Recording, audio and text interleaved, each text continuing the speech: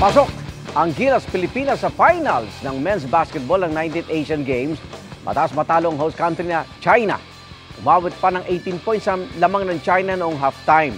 Pero nakahabol po ang Pilipinas hanggang sa unti-unting mabura ang lead ng China.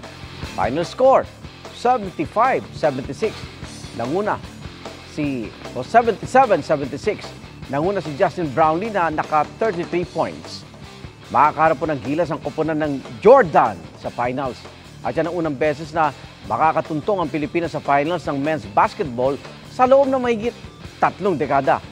Sa boxing naman, qualified na sa 2024 Paris Olympics ang boksingerong si Yumir Marcial. Yan yung patapos siyang manakaw sa semifinals ang men's 80 kg division ang kalaban mula sa Syria. Dahil sa mga panalo ni Marcial at Gilas Pilipinas, sigurado na sila ng silver medal sa Asian Games.